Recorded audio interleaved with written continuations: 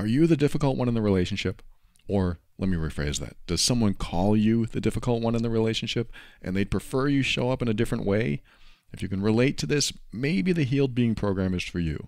The content I teach in that program is like nothing you'll find anywhere else. I tell you the how and why of specific hurtful behaviors to help you not only change them, but also heal inside yourself so that you don't walk around in a consistently triggered state just waiting for the other person to do something you don't or can't agree with.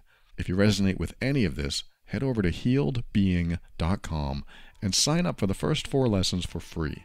You're going to learn a lot. Life presents the toughest challenges. Every day you are faced with decisions that test your ability to express who you really want to be in this world. We're told to keep saying affirmations and keep thinking positively, but what do you do when that stuff doesn't work? Welcome to the Overwhelmed Brain, where you'll learn to make decisions that are right for you so that you can create the life you want now.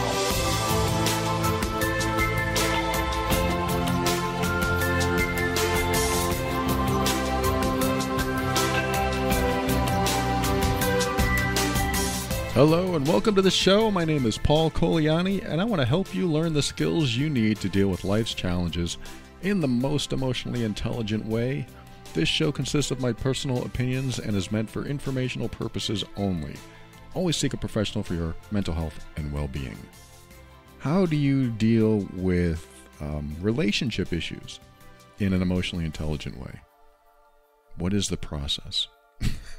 There's no actual defined process. You just have to deal with one situation at a time. In fact, well, not all the time, but in most cases, this is what I see. The people that write to me about their romantic relationships, or even family relationships sometimes, they'll say, this person is always doing this, or they always say this, or they give me the silent treatment. They treat me like crap. They say these things all the time.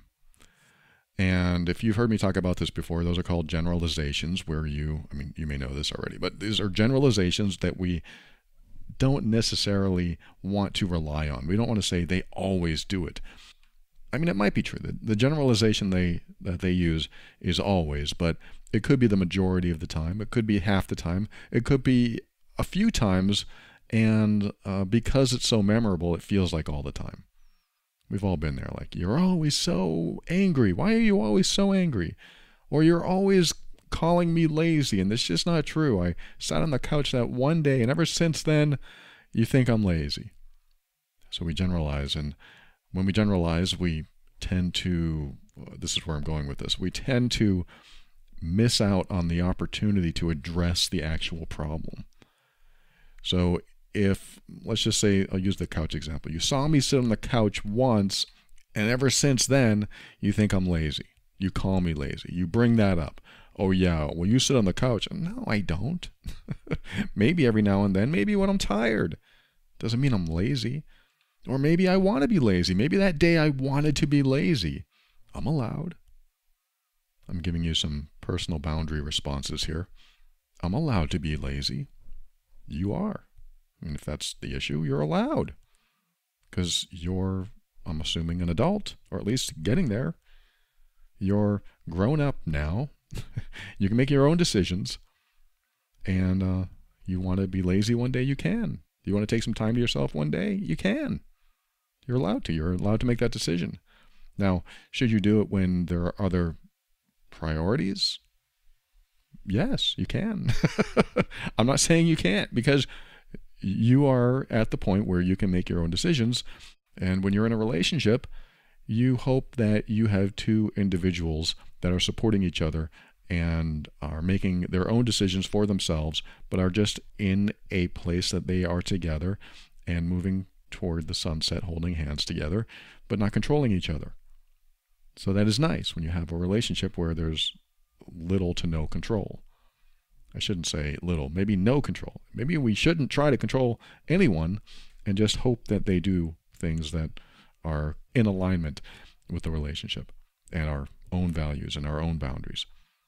But my point is, we tend to generalize, and that ends up skipping over what we really need to talk about.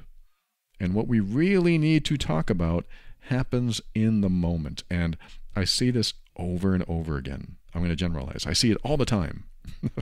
I see this a lot. And what I'm saying here is that, let's just say that my girlfriend is always mean to me. Let's just say that was my generalization. My girlfriend is always mean to me. She always puts me down. She always says that I load the dishwasher wrong. She always says that I shouldn't put meat in the trash. Which she's right, unless I take the trash out very fast. But she says things and she's mean to me and whatever. I'm just generalizing. And I'm not addressing the actual issue. I'm just putting everything in a bucket and saying, this is who she is and this is how she is. And when you put everything in a bucket, it's very hard to address individual events. So this is where I go with emotionally abusive relationships, difficult situations, even work situations. Anywhere there's a difficult event that turns into a generalization. For example, you never wash the dishes, or when you do, there's always stuff left over. So that generalization, I would rather, for example, if my girlfriend said that, I would rather my girlfriend picked up a dish and said, you see this spot right here?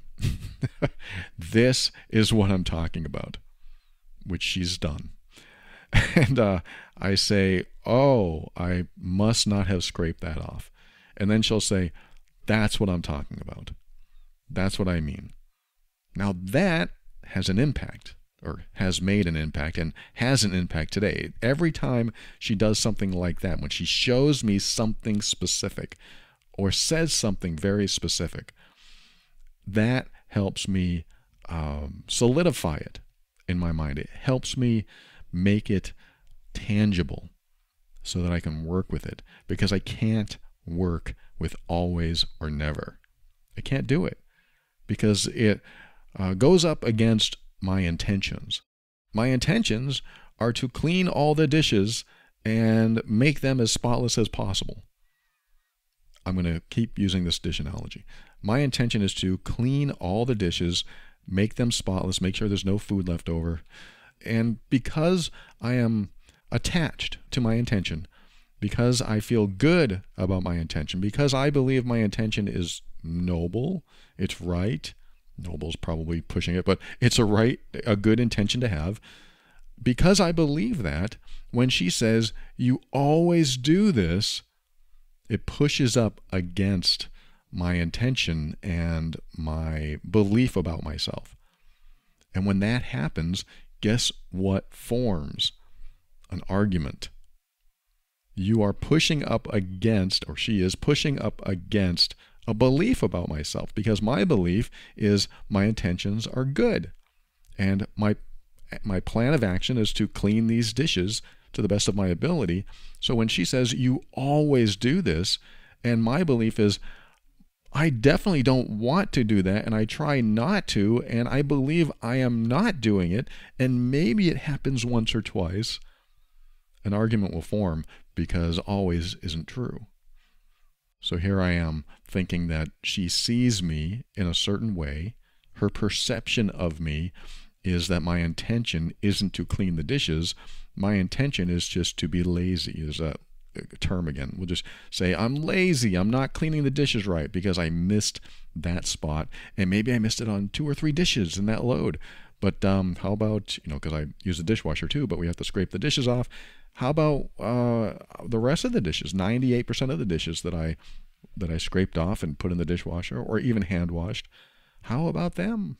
Doesn't matter, because those 2 or 3 dishes were the problem. But this is how arguments form.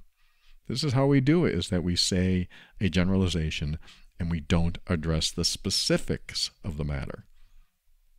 Now, we can't always do that later on. This is where I like to guide people, is that, or at least the people that are having issues, we can't always address a specific after something happens. I mean, much later. So you're having an argument with somebody, and then much later you say, well, when we had that argument, you were saying this and you were saying that. And what happens then? I mean, what happens then is the other person's going to say, I didn't say that.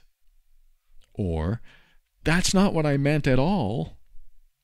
Or something else. I mean, not always, but this is what happens, is that we're trying to recall events from the heat of the moment. And when we're in the heat of the moment, it's not like we have the best memory. We want to believe that's what we believed at the time, but it's not always true. In fact, I've had to become very humble and vulnerable when my girlfriend says, no, that's exactly what you said. And I'll start to say, that's not what, maybe I did say that, because I have to stop myself. I have to stop myself from jumping into a belief that I believed I had at the time, because I'm going to say this, and I mean this with much respect to all people out there that are in any type of relationship with any female. They have a great memory. And because I believe that, I mean, a lot of people have a great memory, but women tend to have a greater memory. And because of that, I choose to be humble, because she's probably right. She's probably right. And that's what I sometimes choose to believe. I'm going to say most of the time. I choose to believe that she has a great memory. So what ends up happening is I choose to be humble. And now the great part about humbleness is that it diffuses an intense situation. It can squash the energy out of a heated argument. When you're humble, when you allow someone to be right, or at least to move in the direction that they're more right than you, to allow them to have a memory that is maybe you disagree with, but you might just give them credit that it's accurate. So my girlfriend says, I've told you this 10 times. She may be wrong about the number. She may be exaggerating that number 10 times, really. But the point was made that she has told me about this before, so maybe it's true. And if it's true, who am I to argue it? And if I don't argue it and I'm humble and I just say, oh my God, maybe you're right, so I didn't listen well before, or I didn't commit it to memory, or if I did commit it to memory, obviously I forgot. That can be a humble response. And that can usually diffuse a very heated argument or debate or conversation. And that can be helpful so that you can actually accomplish something and be productive in the conversation. Because what's going to happen when she shows me this spot on this plate, which is usually a piece of stuck food. I didn't use the scraper. It's a piece of stuck food, and now I have to answer for it. See, this is what I'm talking about. This is a piece of food, and you didn't scrape it off. That's what I mean when I say you don't do it right. I have to be humble and say, oh my God, I missed that, and maybe I miss it more often than I think.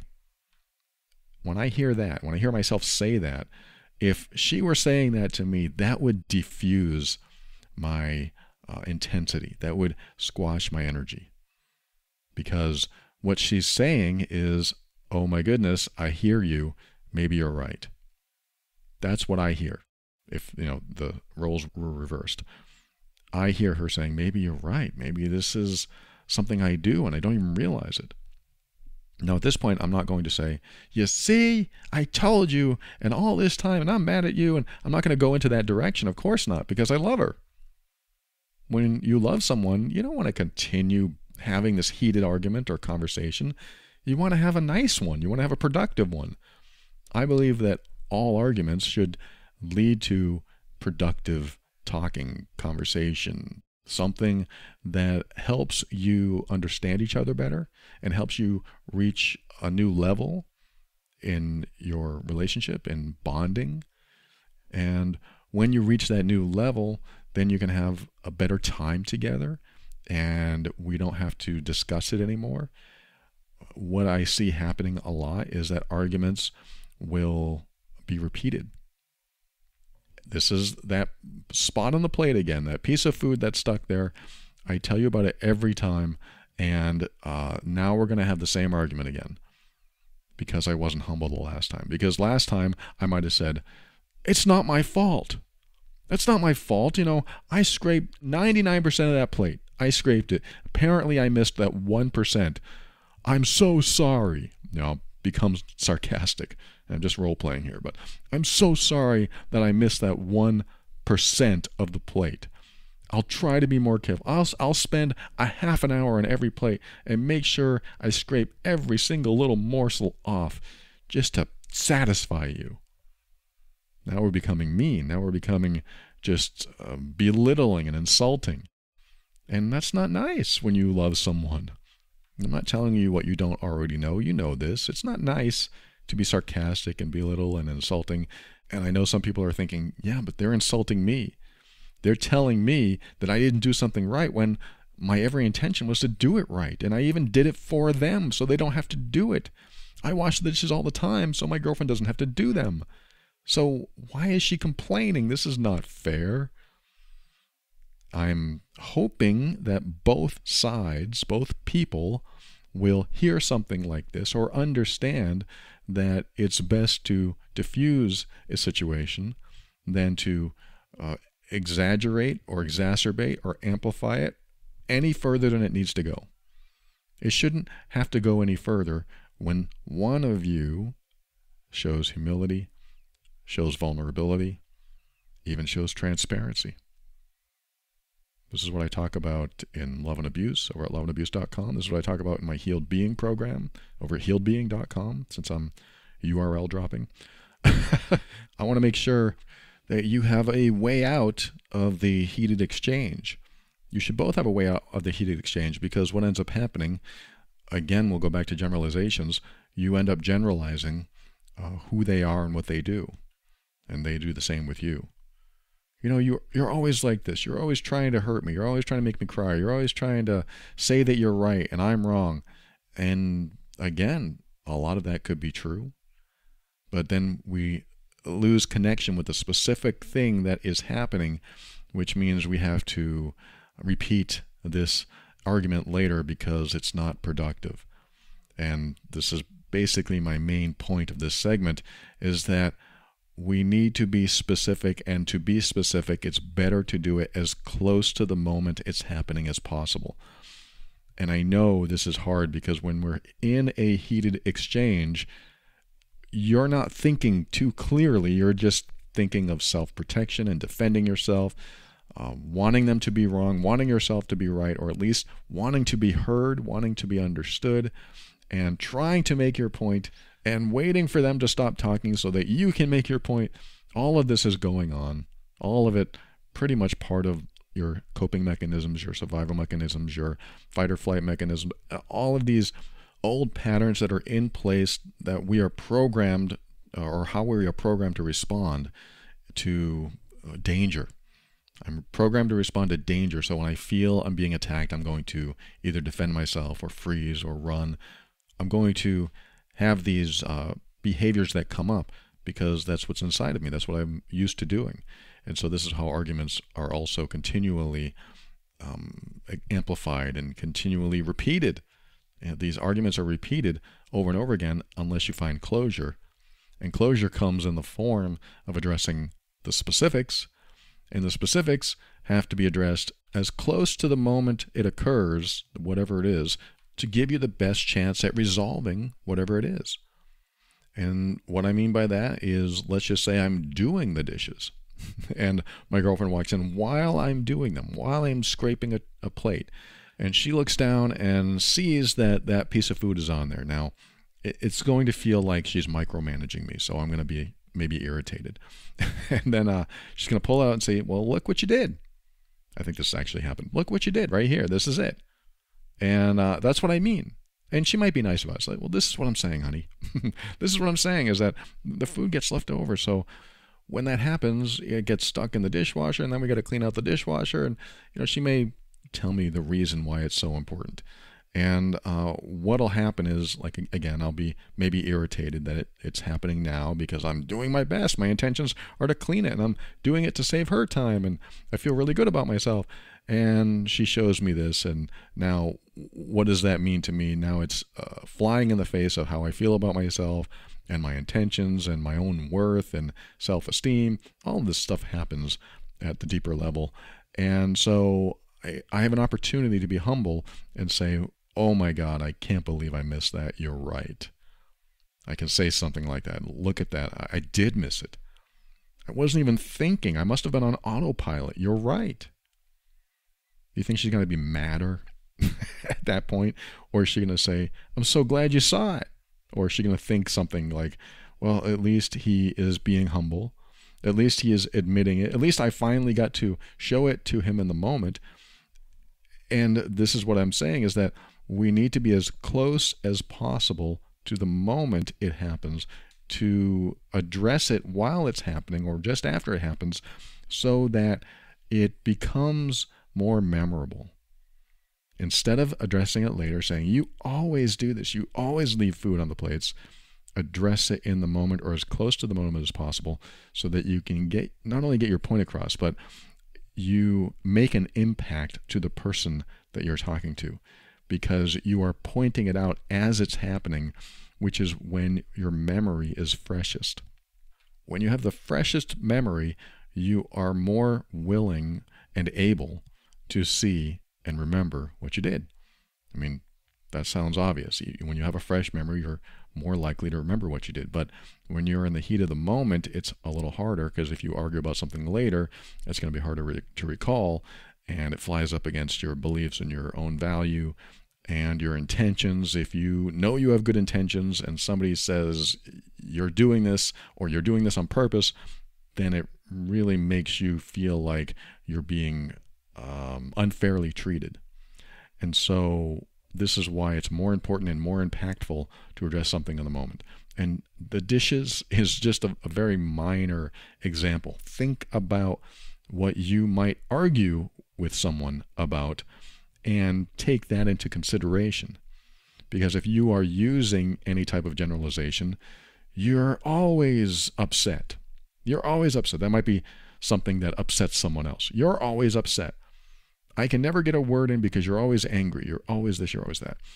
But let's just say that in the time it's happening, in the time that they are upset, you bring up, this is what I mean right now. I'm trying to talk to you. I'm trying to share something with you, and you're upset. And because you're upset, it's hard to get a word in because you won't let me get a word in. And I'm just trying to right now. I'm just trying to have a conversation with you and make this a productive conversation. Now, I'm not saying this is a winner, this is a magic pill, because some people are going to want to stay in their own space and not become vulnerable or humble. This is why this show is for everyone.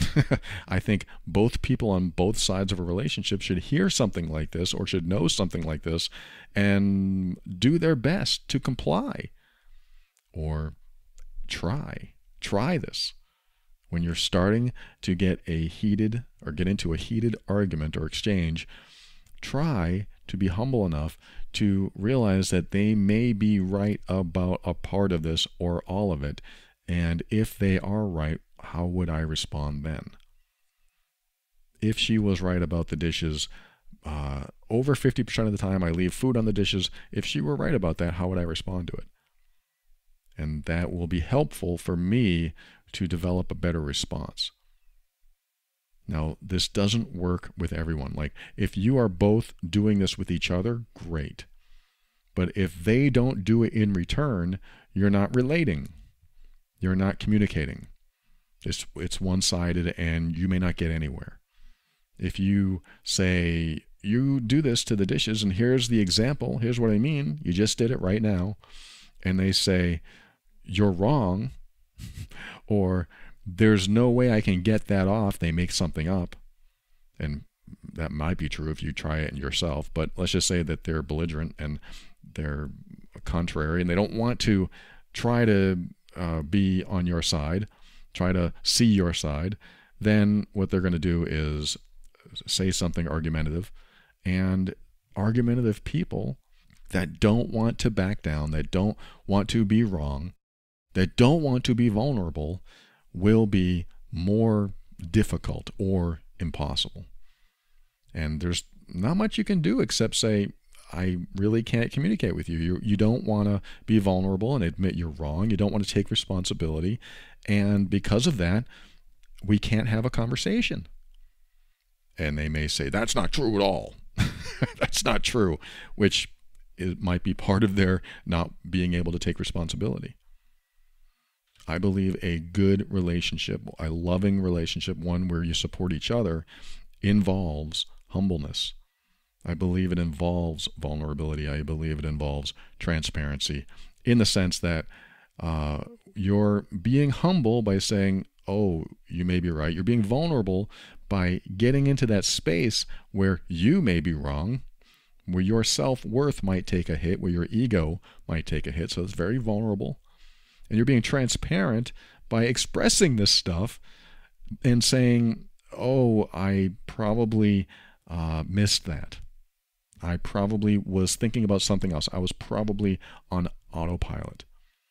And you may not believe what some of the stuff you say, but if you think that it might be true or there's a possibility for it, then your transparency can help to show them that at least you're reflecting on what they're saying.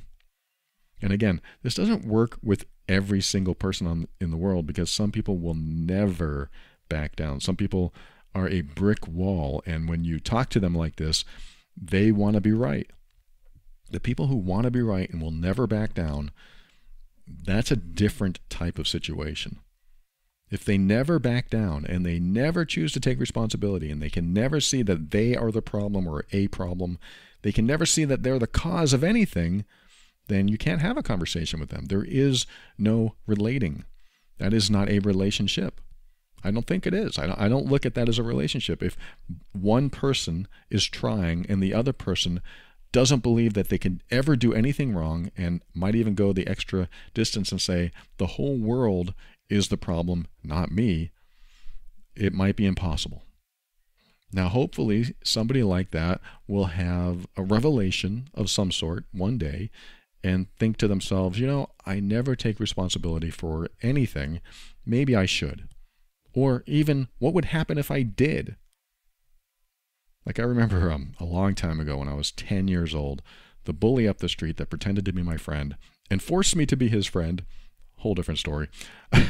But it was hard to play with him because he was just kind of aggressive. And he was always hard on his mom.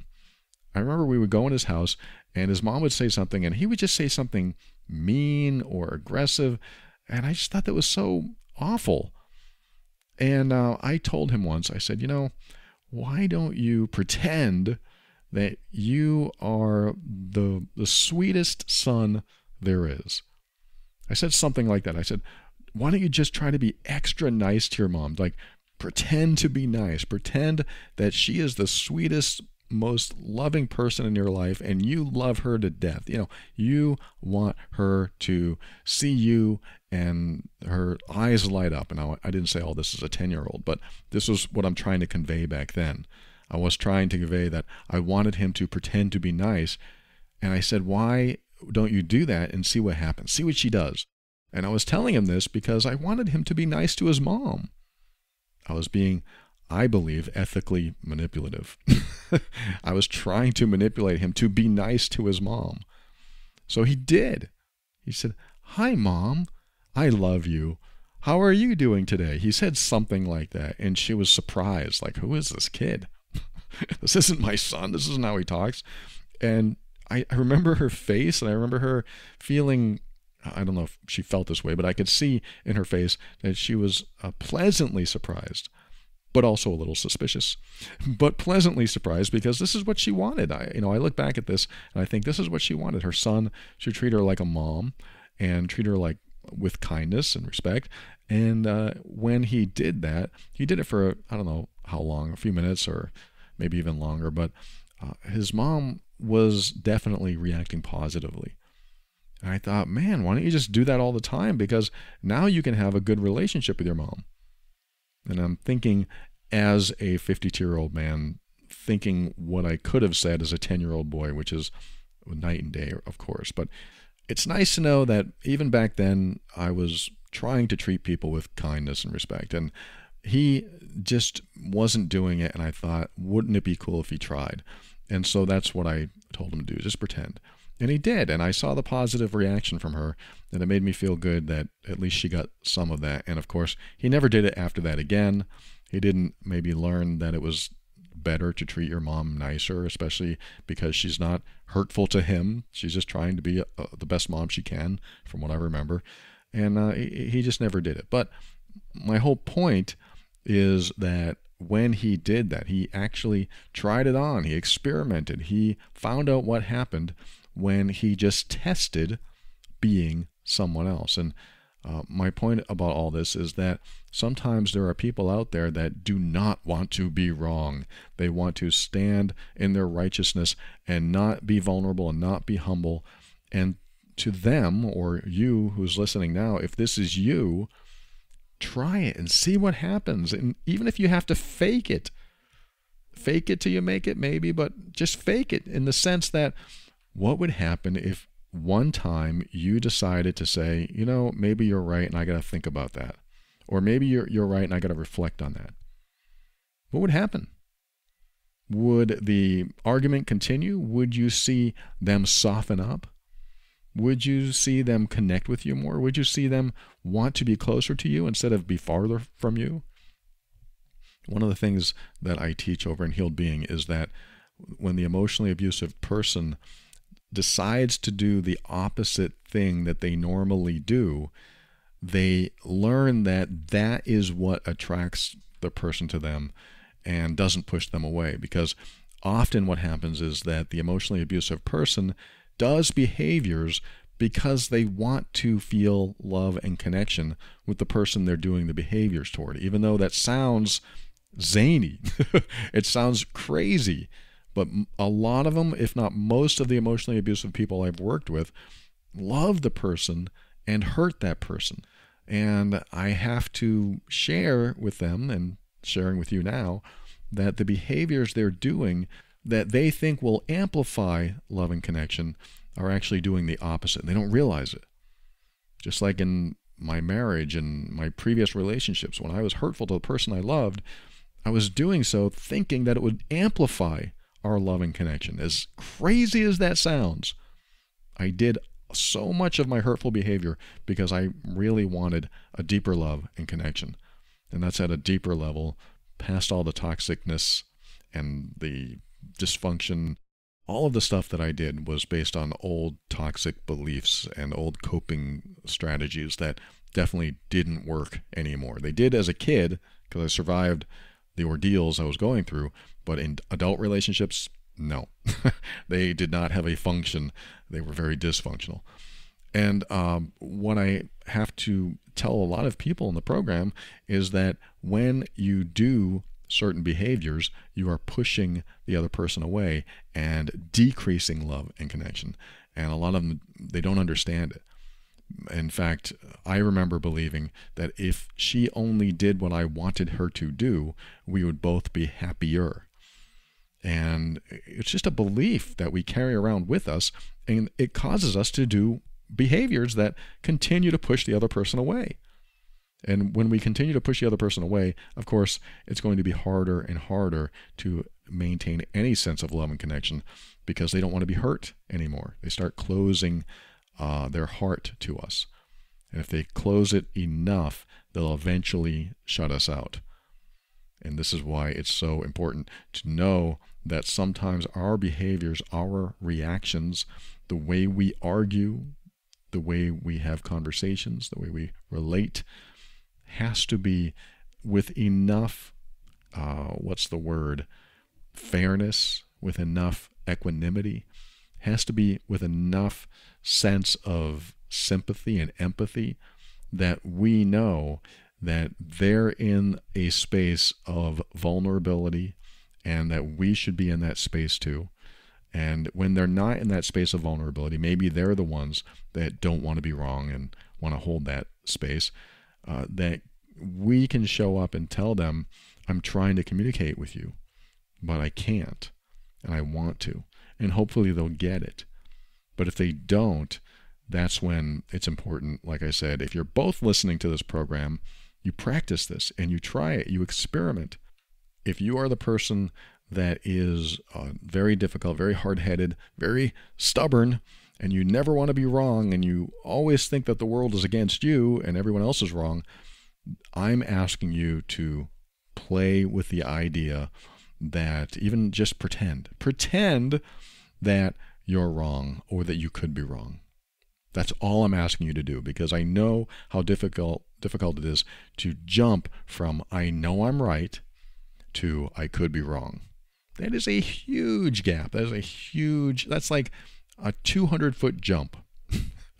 I'm just qualifying it with a number. It's just huge. And it's very hard to do.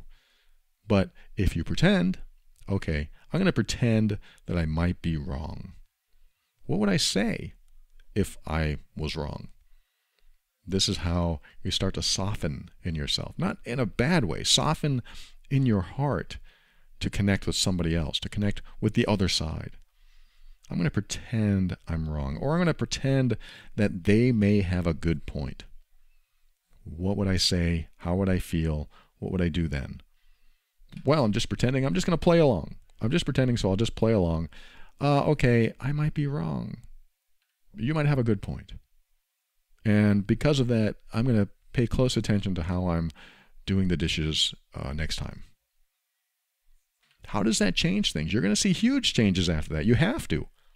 If you don't, then something else is going on, or you've had a lot of hurt and maybe resentment for years and years and years with the other person. But you're bound to see major changes after that. And again, coming back to the Healed Being program, I teach the people that have been hurtful to their partners and other people in their life that when you start doing this, you get feedback. You get feedback in their reactions. You see how they react. You feel how they react because you're seeing something different than what you're used to seeing. For me, I used to go into silent mode. I used to give my partners the silent treatment to make them feel guilty, to withdraw love from them, making them feel unloved and not worthy of my attention. Terrible behavior. I'm not proud of it at all. I'm definitely, I wish I had done something different, but that's who I was back then. That's who I was. That's how I showed up. And that's why I'm sharing this with you, because I know what happens when you show up in a certain way. And I also know what it takes to cause someone to distance themselves from you. I mean, that is the behavior I'm talking about, is when you're unwilling to allow more opinions, when you're unwilling to take responsibility for something you possibly could be responsible for, or maybe you are 100% responsible for. I know what happens. You push people away. And so when you get this feedback that I'm talking about, when you pretend to be humble, pretend that the other person may have a good point, and you get feedback when you do that, you start to realize, oh, wait, this is actually creating a stronger connection with the other person, or it's surprising the other person to the point that the argument stops and they are looking at me differently. They see me as a different person, or at least in this moment. Maybe they're suspicious. Like, who are you? This isn't the way you normally respond. Let me try that again. This is what happens, is that you get some good feedback. Most of the time you'll get good feedback. And when you get that good feedback, it's going to feel good. And then you'll repeat that behavior. Maybe you'll pretend again, and then it'll feel good again. And then over time, what happens is you will end up faking it till you make it, because you will realize that allowing someone else to have an opinion that differs from yours, and allowing yourself to be wrong, or the possibility of being wrong, allowing that to happen is actually a good thing, and a way to be humble and vulnerable and transparent, which should, in most cases, increase closeness, increase bonding, and definitely do the opposite of causing someone to distance themselves from you. Unless it's too late. I mean, some people do shut their hearts down and they don't want to reconnect. And if that's the case, you may not be able to get to that point. But what you'll end up finding is that as you practice vulnerability and humility and transparency, that you get to find out just how well built or how established the foundation of your relationship with the other person is. And this is where it all leads, is that what do you have underneath that is worth not only salvaging and saving, but could be something amazing. That would be cool. You practice humility and vulnerability and transparency, and you create something amazing instead of something that feels so unbalanced. And when it's unbalanced and you don't feel the love and connection that you want to feel, that's when things can continue to stay unbalanced. And pretty soon, one person jumps off the seesaw and the other person slams into the ground, and then they're gone. They don't want to do it anymore. I don't want to ride the seesaw with you anymore because it's never fun. Most relationships are supposed to feel good. I think all relationships are supposed to feel good, because if it doesn't feel good, why begin that relationship? It should feel good. You should be happy. You should be connected. Doesn't mean you won't have your ups and downs, but it shouldn't always be down. It shouldn't always be hurtful. It shouldn't be always one person taking the blame and the other person thinking they're right all the time. It needs to be balanced. It needs to feel good. You both should be on the same page, and you both should be vulnerable, humble, and transparent as much as possible. So arguments don't amplify and raise in intensity and repeat themselves over and over again, which leads to my original point of addressing things as soon as they happen instead of waiting later, which often leads to repeated arguments. I don't know if you got anything from this segment, but I hope it helps. Thank you so much for tuning in. I'm going to come right back and talk about something else. When we return, I'll be right back after this.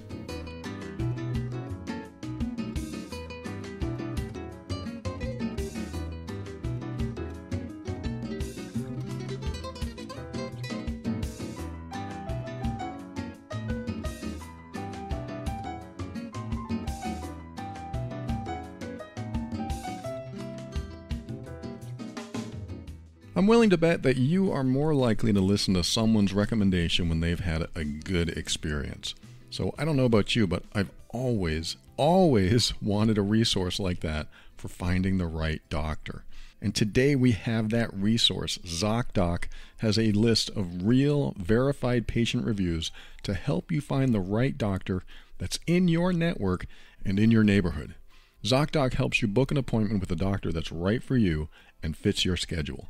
My girlfriend and I use ZocDoc, and I recommend that you try it out too. ZocDoc is a free app that shows you doctors who are patient-reviewed, take your insurance, and are available when you need them. You want general practitioners? No problem. You want specialists? You got it. You'll find every specialist under the sun.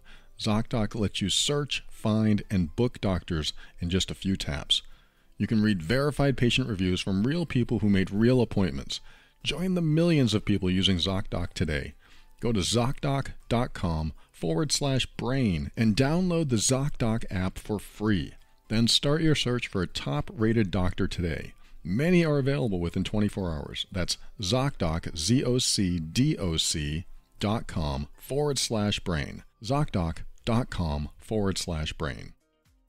And it is November as I record this, and here we are. The holidays are upon us once again. One gift idea that I want to share with you is the gift that definitely keeps on giving, Storyworth. Storyworth is a way to help your loved ones document the timeless stories of their life. They'll create a book of a person's stories and photos so that they can chronicle their life, or even just some of the memorable parts of their life, in a wonderfully creative way. Imagine that book on the coffee table as your loved one's special memories to share with you. That's the gift of Storyworth. Every week, Storyworth emails your loved ones a single life-related question that you pick from their collection, like, what's the bravest thing you've ever done? Or, what's the farthest you've ever traveled? And after a year, Storyworth compiles their stories, memories, and photos in an exquisite hardcover book, creating a valuable keepsake. Like the one my girlfriend's mom is creating right now. I can't wait to read her stories, and I'm excited to learn what she says about her life and my girlfriend, her daughter. Help your family share their story this holiday season with Storyworth. Go to storyworth.com/brain today and save $10 on your first purchase. That's Storyworth, STORYWORTH.com/brain. You'll save $10 on your first purchase. Storyworth.com/brain.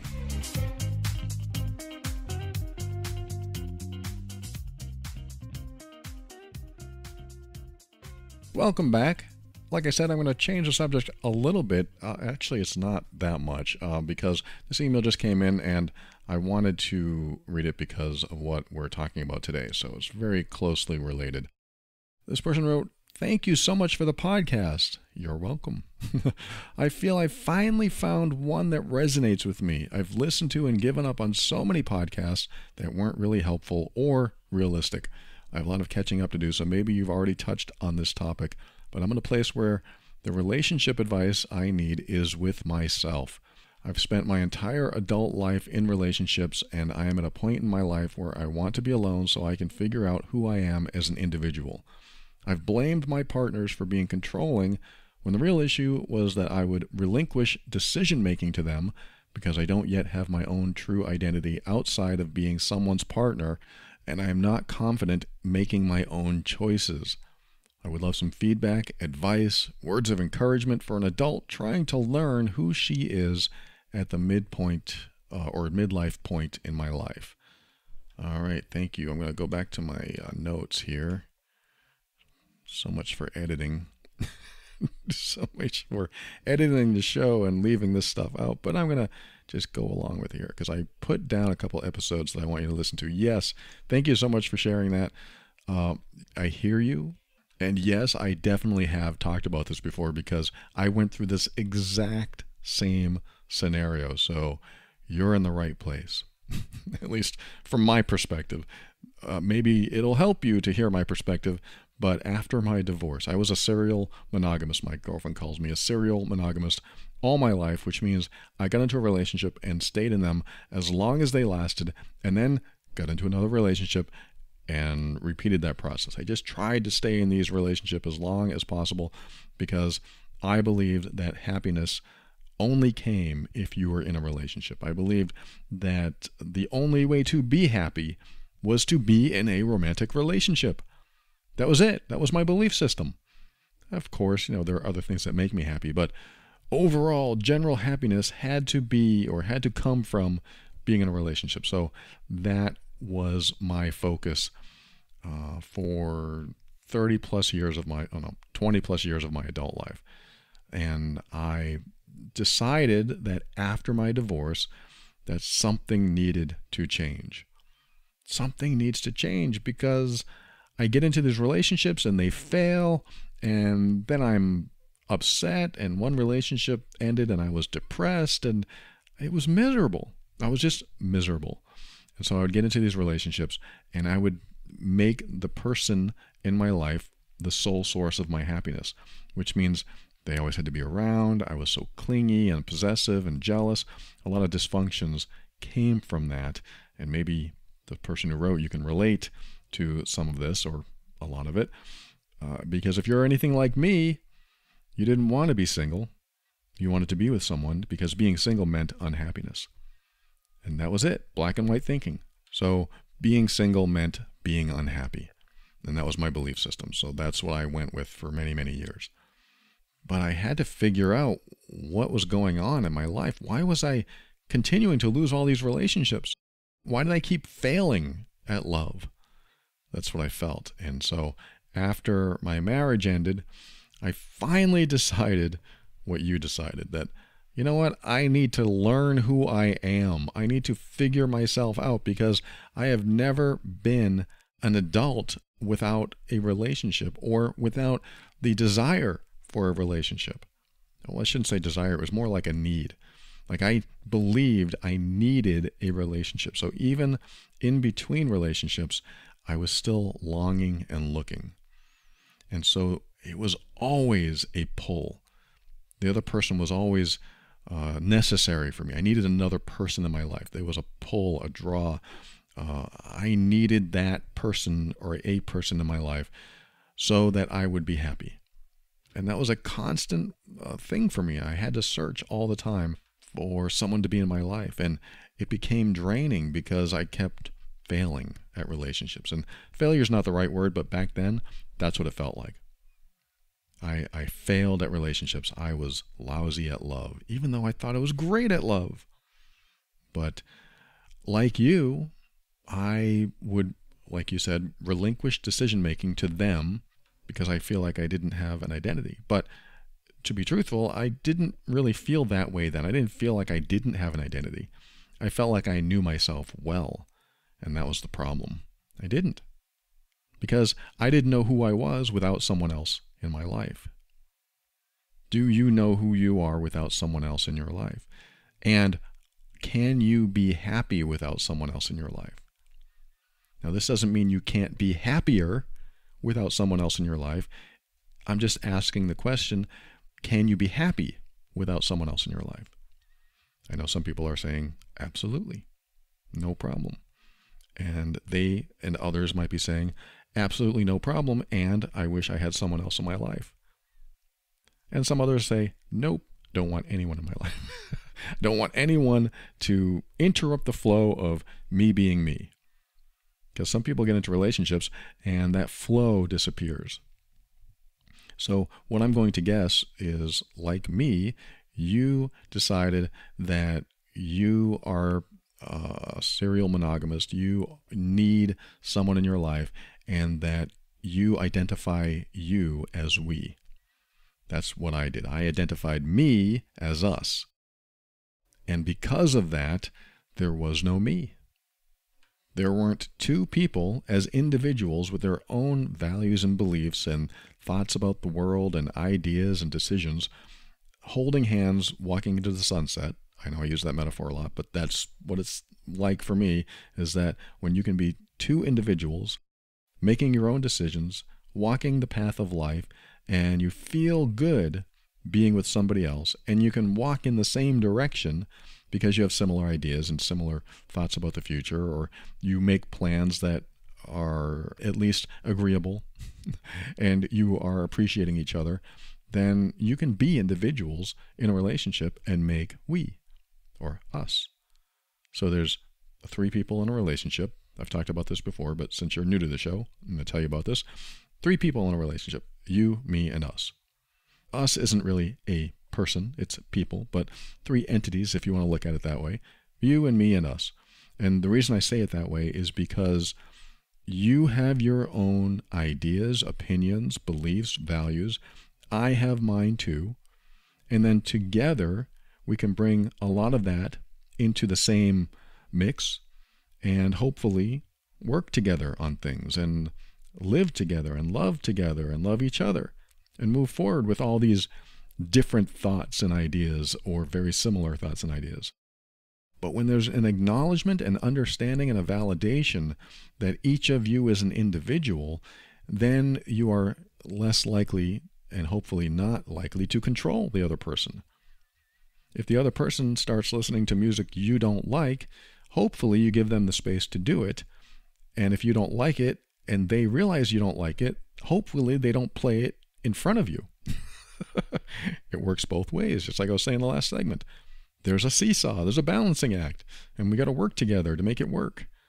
And it works when you work together. So I like the balance that we can find in relationships to create something wonderful. And this is why you work together. And sometimes you're not always going to agree. But as individuals, you're going to have your own likes and dislikes. So you may like this kind of movie, and they may like that kind of movie, but hopefully you like some movies together. One person loves playing video games, the other one likes reading books. Hopefully, while they're playing, you can read. And hopefully, while you're reading, they can play. You know, you find balance that way. And I know a lot of couples that do this. My girlfriend and I have vastly different thoughts about what's fun. Not all, but she thinks it's fun shopping for plants. I want nothing to do with it. I love nature. I love plants. I love that she does that. But that sounds so boring to me. Forgive me if you're a botanistic person. I don't even know if that's a word, but this is the person I am. I don't want to do that. Now, the Electronics Entertainment Expo comes into town. I'm there. I'm excited about that. But that's who we are. We like different things. And this is who a lot of people are. But we support each other. If she wants to go do that thing and I want to go do this thing, that's what'll happen. Now, what's awesome is that when you find the right person, you want to do most things together. And when that happens, now you have something special. But the things that you do apart, hopefully, are supported. So I'm just mentioning that because I talked about you, me, and us. And what happens, this is why I'm mentioning it, what happens when us is gone? This is the problem when we identify ourselves as us, as we, as a part of a relationship and nothing else. That's why I like the idea of you, me, and us. Because when us is no longer, there has to be a you. There has to be a me. There has to be an I. Because if there's not, and you're still identified with an us, this is where that longing and need comes from, and you feel so drawn, and you need it, and you need someone else in your life to fulfill you because you feel partially empty or fully empty. And that's where dysfunction can rise, because you are longing for another person. Doesn't mean that when you long for another person you're dysfunctional. Sometimes it does, but it can mean that, especially if you were like me in the past where I needed a relationship to be happy. I think that there's a lot of people that aren't in a relationship right now and they're okay with it, but they would like one. And I think that's a very healthy perspective. You know what? I'm okay being single, but I don't want to be single. That would be me. I would be okay being single, but I don't want to be. I would rather be in a relationship. I would rather share my life with somebody else. So I believe in that it's okay to be in a relationship, and it's okay to want a relationship, and it's okay to long for one, but it can't be your sole driving force without having some sort of, I don't want to say dysfunction, but certainly some negativity involved with it. Because if you're constantly needing and longing for it, it takes away from I.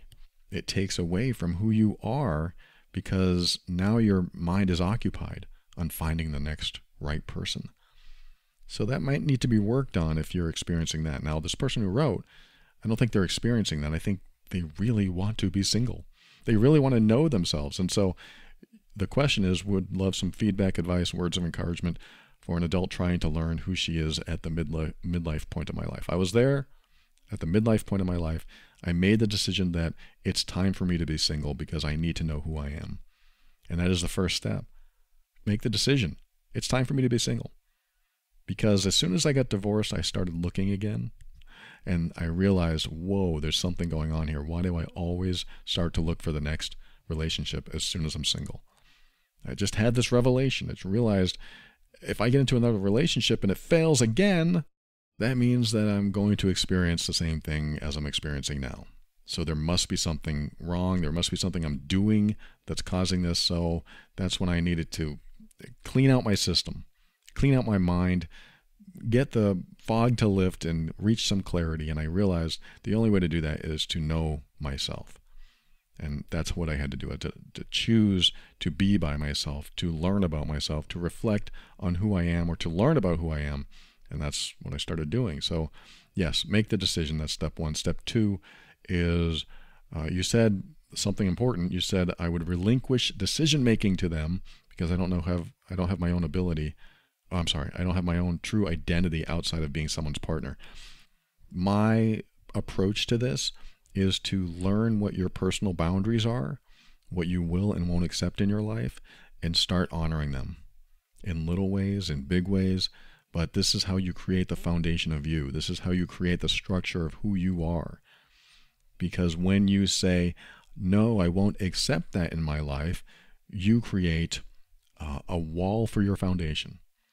And then when you say, yes, I will accept that in my life, you create another wall of your foundation. Maybe it has a door or a window. And every time you say what you want, or say what you don't want, or ask for what you want, or reject somebody or something, or accept somebody or something, every time you do something that you become in alignment with, or you make a decision that's in alignment with what you want at a deeper level, personal boundaries, for example, you create the structure and foundation of who you are. And this is how you help create your identity. So when I was single, I didn't have anybody else to tell me to stop or go or say yes or say no to. I didn't have anyone else to tell me what to do. So therefore, I could do anything I wanted, keeping it legal. There were things that I probably could have wanted to do, but I really wanted to learn about myself, so that's where my focus was. But I really could. I could do anything I wanted because no one was around to oppose me or even to support me. There was no outside influence at all. And so that was the first time I really started thinking about what it's like to be single. I thought, wow, this is interesting. I'm not used to not having someone else in my mind when I make a decision to do something. Even just picking up a book or turning on the TV. I never really did that without someone else in my mind. Oh, if I turn on the TV, I wonder what she's going to think if I turn on this movie. That just didn't exist anymore. And so I started seeing benefits of being me, of making decisions without someone else's influence. It made me feel special. It made me feel good. I felt free. And so that was the first time, at least during that time, that was one of the first times I started feeling what it was like to be single and then being okay with it. And so this is what you learn. You understand what you will and won't accept in your life, and you understand what you want to do, and then you do it or take steps that lead you into a direction of the things that you want to do. And as you do things, you learn what you like and what you don't like. And as you do more things, you learn what you will accept and what you won't accept. Personal boundaries. And so that might mean when somebody comes up to you and they're really rude, you can say, you're being disrespectful. That might be a boundary, or maybe you don't want to pick that battle, but it's little things like that that help define who you are, because as you test these little things, you end up discovering how you react and how you feel about how you react or don't react and how you feel about that. And when things happen, and when you make certain decisions in your life, you get to find out what the results are. You learn on your own. You figure it out. And if you like the results, you do more and more of that. And then as you get this kind of feedback, you understand yourself more. So the more things you do and the more decisions you make, the more you understand yourself, because you'll learn what happens after you make that decision. For example, let's just say that your mom is kind of toxic. I hope not, or if she's still alive, but let's just say she's kind of toxic, and you normally go silent. You normally just try to avoid talking to her. Now that might be a personal boundary issue that you haven't addressed yet. So instead of saying, Mom, you're being disrespectful, I'm going to leave. Instead of saying something like that, or doing something like that, you go silent instead.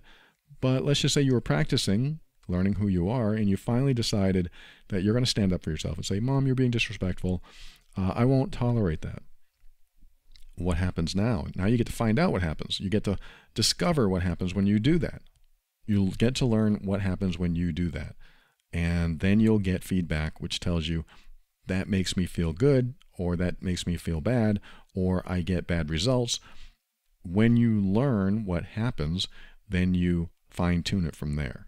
This is what I had to do. I had to learn what happens when I honored myself and learn what happens when I stood up for myself, and then I fine-tuned it from there. And the more results that I got that made me feel good, the more my identity was building. It was starting to build and building. This is it. I mean, this is like the key for me, is as I honored myself, as I stood up for myself, I learned what I wanted and what I didn't want, what I would accept and what I wouldn't accept. And the more I honored myself, the more I built my own identity. The structure, the walls, the foundation, everything about me was building the more I defined or learned how to define what I wanted and what I didn't want. And the only way to do that is to try it out. For example, I'm going to go do some hiking on some really rough trails. And then I go do hiking, and I realize after I hiked for a couple miles that I never want to do it again. Because it was rough, I was miserable, and I didn't get any enjoyment out of it. And some people might say, but hiking's good for you, you're in nature. Yeah, but you may enjoy it, but I didn't. That is just an idea, a thought, is that we could do something that we think we should enjoy or think we should do, but we don't like it. So why would we expose ourselves to do that again and again? Unless you have a goal of losing weight and hiking is connecting with nature and you think you'll get used to it and you'll like it. Of course, but it's your choice. It should be your choice. It should be your choice, and your choices define you. And you should make choices that are right for you.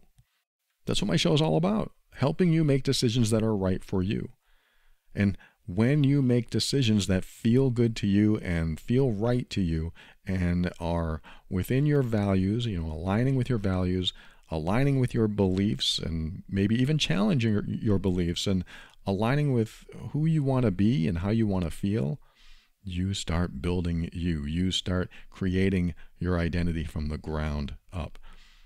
I had to do this. I was a people pleaser most of my life. I just went with the flow. People say, go with the flow, and sometimes that works. And sometimes you need to create the flow. Sometimes you are the lead of that flow. You are the creator of that flow. And in order for the flow to work, you have to create it so that you can go with it. Okay, I'm going to go with the flow, but this is the flow that I created. This is the flow I want to go with. This is where I feel most comfortable because I defined the flow. I defined this path for me. And as you honor yourself, stand up for yourself, do what you want to do, and choose to accept and choose to not accept certain people and things and ideas in your life, you define the structure of who you are, and you feel better and better as time goes on inside yourself because everything starts to come together. Everything starts to form together and mold into something that feels good inside of you because you're in alignment, really. You're in alignment with who you are at the deepest level, which is what you're learning. But you won't know who you are until you try something. I'm going to try watching a movie like this. Oh, that sucked. I'm not going to watch that kind of movie again. I'm going to try reading this kind of book. Oh, that was great. I want to read more of these kinds of books. Those are simple examples. But the biggest challenges are people.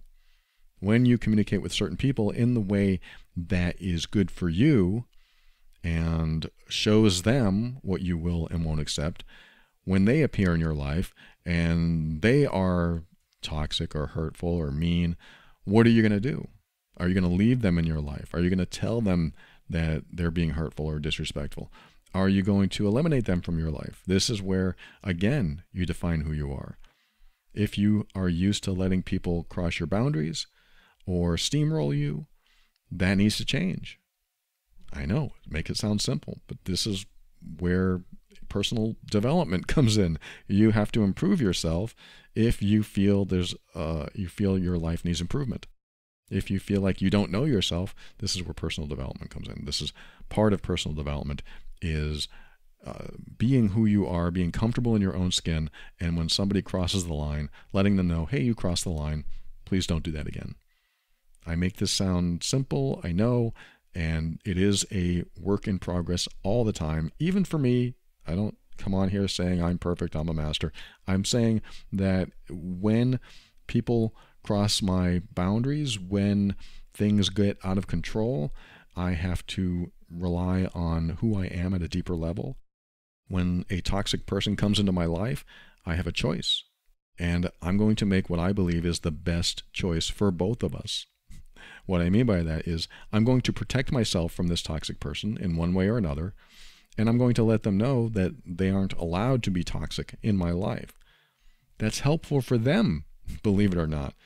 When you are around a toxic person, it is helpful for them to know your boundaries so that they don't act in a toxic way, or at least they have a choice not to. This is how you empower someone to treat you right.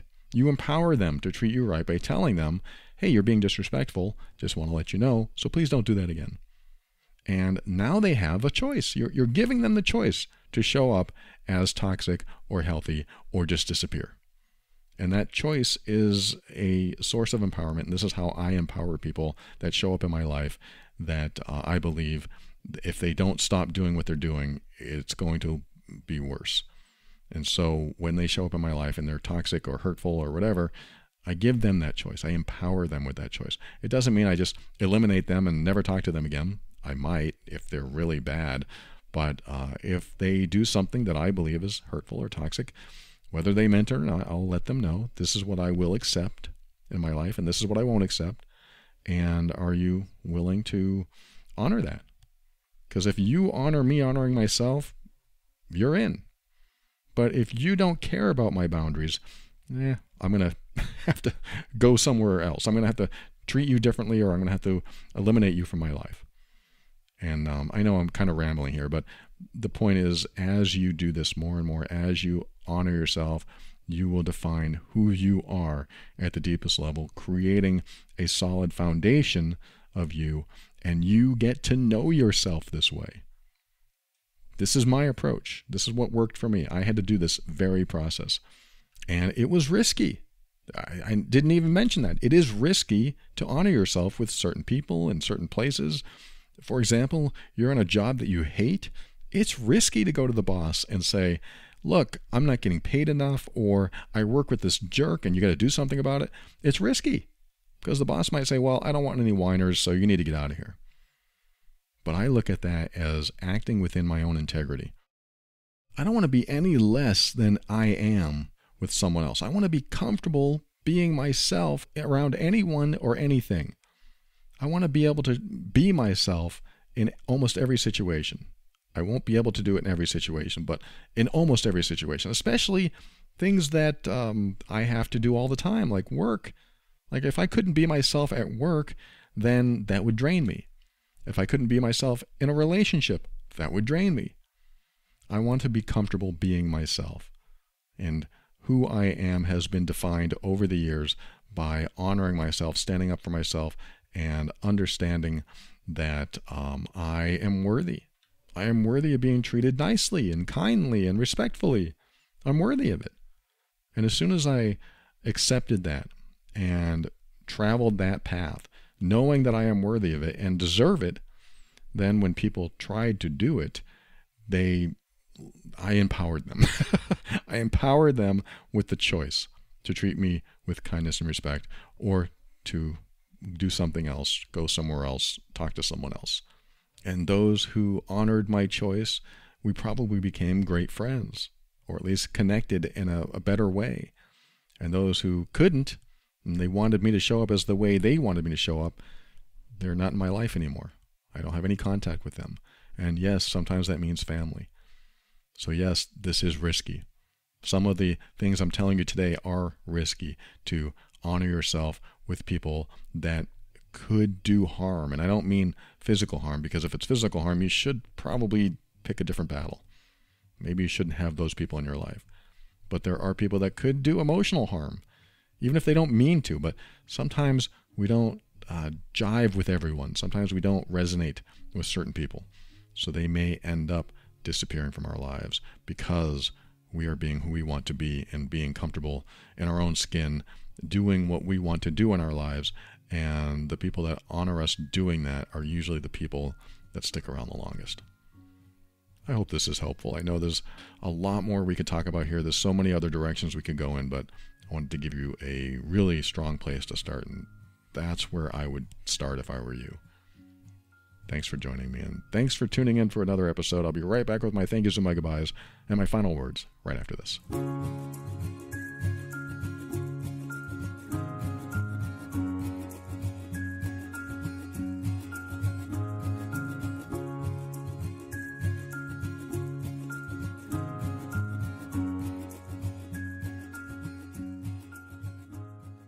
Thank you for listening to another episode of The Overwhelmed Brain. I want to thank the patrons this week, Donald, Stephen, Paige, and Brian. Very grateful for you. These are the financial backers of the show. They are called patrons, or I read their names every week, patrons of the week. And so I want to acknowledge them, and I'm very humbled and very grateful for you. Thank you so much. If you find value in the show like these patrons do, head over to moretob.com, and there are options to help the show out. I appreciate you. Thank you again. And for a show on how to deal with difficult relationships, you've heard me talk about this before, Love and Abuse over at loveandabuse.com. That's my other podcast. And that can be very helpful for anyone in a difficult situation where there's control, manipulation, verbal abuse, anything that goes on that is very hard to deal with. Loveandabuse.com. And if you're the difficult one in the relationship, head over to healedbeing.com, where I have a very comprehensive, I believe, the best step-by-step on how to stop being hurtful to the people you love and create the strongest relationships possible. That's over at healedbeing.com. And I want to thank Kevin MacLeod of Incompetech.com for some of the music transitions in The Overwhelmed Brain. And I want to share one last thing I learned about choosing to be single. When my divorce was final and I said, you know what, I just need to be single. I need to learn who I am before I get into another relationship, before I bring any of my toxic behaviors or dysfunctions into any other relationship. I believed I needed to work on myself, just like that person who wrote. And that's what I chose. I decided that it was very important to work on myself, to know myself, so that I didn't bring any more negative behaviors into any relationship. But it took humbleness, vulnerability, and transparency with myself. I had to admit that perhaps I was wrong. Perhaps I don't have the answers. Perhaps I was mistreating people I loved. And the more I allowed those thoughts to enter my mind, the more memories that came up that showed me my behaviors and how hurtful they were. And as I reflected on those behaviors, I decided to commit to myself that I would never, ever be that way again. And there was a philosophy I developed back then too. When I decided that I would never be hurtful again, I started to ask myself a question, or at least I made up this question so that when I got into a relationship, I wouldn't go down that old path. And that question is what I'm about to do or say an intention to change or control them? Is what I'm about to do or say an attempt to change or control them, or something like that? And I still ask myself that question when I need to. Thankfully, it doesn't happen often, because as you ask yourself that question more and more, you get to learn about maybe your subconscious behaviors that are in there. They're in there, and they're an old pattern that wants to repeat itself.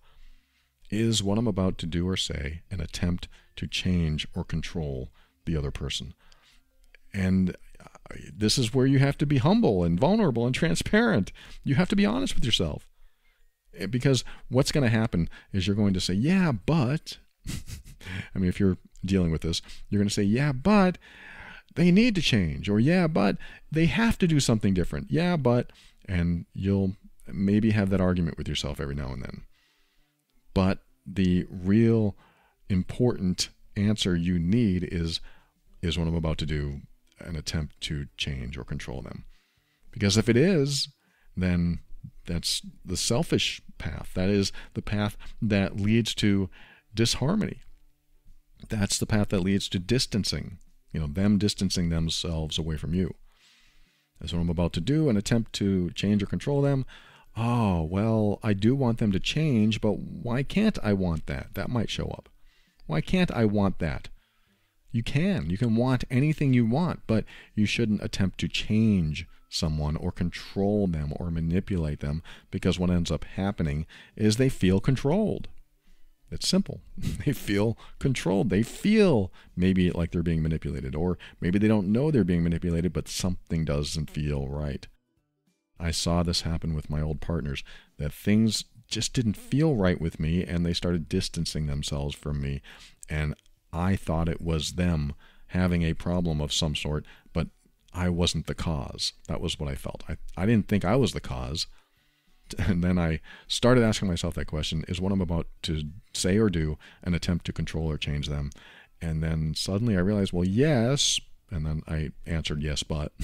Yes, but They should do this. It's for their health. It's for our happiness.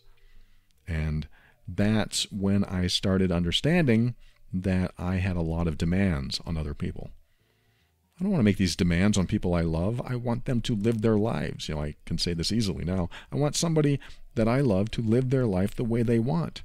I want to support their path to happiness. That is how I show them love. I want to support their decisions, even if I disagree with them. That is how I show them love. And the more I've done that, it feels like if you do that with somebody, that they'll go anywhere they want and they'll leave you. But if they love you, which they will when you support their path, they'll want to be with you. They'll want you to be in their life. And this is what I learned, is that the more I allowed someone to be themselves and make their own decisions and choose their own path, the more they want to be with me. That's mind-blowing, or at least it was when I learned about it. And now I have the strongest, best relationship I've ever had in my life because of that.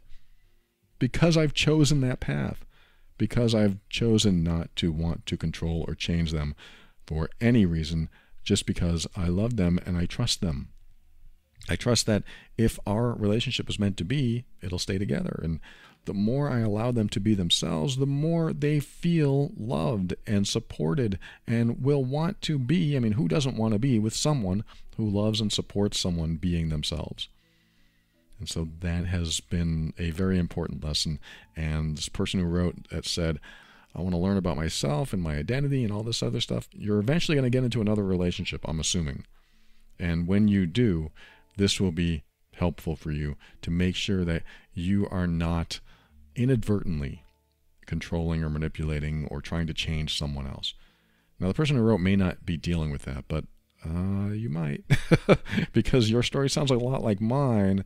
And even though you said they're controlling, you said you're controlling, there's other things that you said that kind of made me think that perhaps you are like this too. So I forget what you said, and maybe you said it directly, but that's what I got from it, is that you were probably trying to control them and manipulate them in maybe covert ways, maybe not overtly, but more under the radar kind of stuff. So if that's the case, this is how you start to heal from that, so that you don't go down that old road again in the next relationship or with anyone.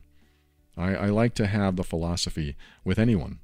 Am I doing anything to control or change them? Am I attempting to alter their course, change their decision, change their mind?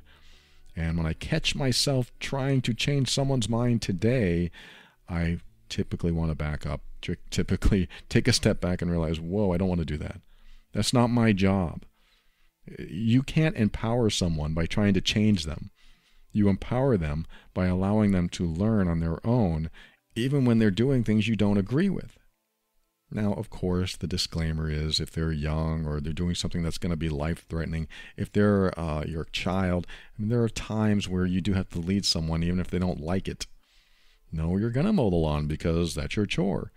Well, I don't want to mow the lawn. Well, I can't support that decision. This is just the way it is. You're not being manipulative then. You're being a parent. You're being helpful. You're being supportive in another way. And sometimes you have to do that with certain people. But in a romantic relationship, we are two individuals and this third entity we call us. And when we can support the other person being an individual and they can support us being an individual, then us is the healthiest version of us that we can create. That's my take. I don't know if it's yours, but maybe it'll help you. Thank you for tuning in today, and always keep an open mind, because that's how we learn this stuff. That's how we go through life, learning what works and what doesn't. Always keep an open mind, because that's how you step into your power and create the life you want. Talk about building your identity. Always take steps to grow and evolve. You are powerful beyond measure. And above all, and this is something I absolutely know to be true about you, you are amazing.